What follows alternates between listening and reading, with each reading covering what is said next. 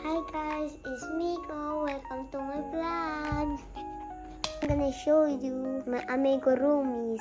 My tita Toya made all of this. My tita Toya made my dress of capybara.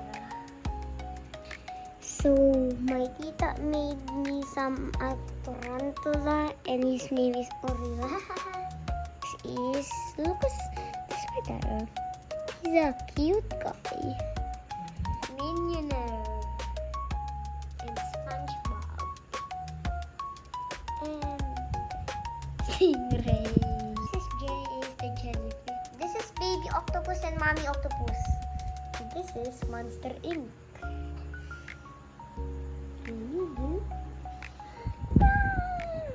That's all guys. Thanks for watching. Bye bye.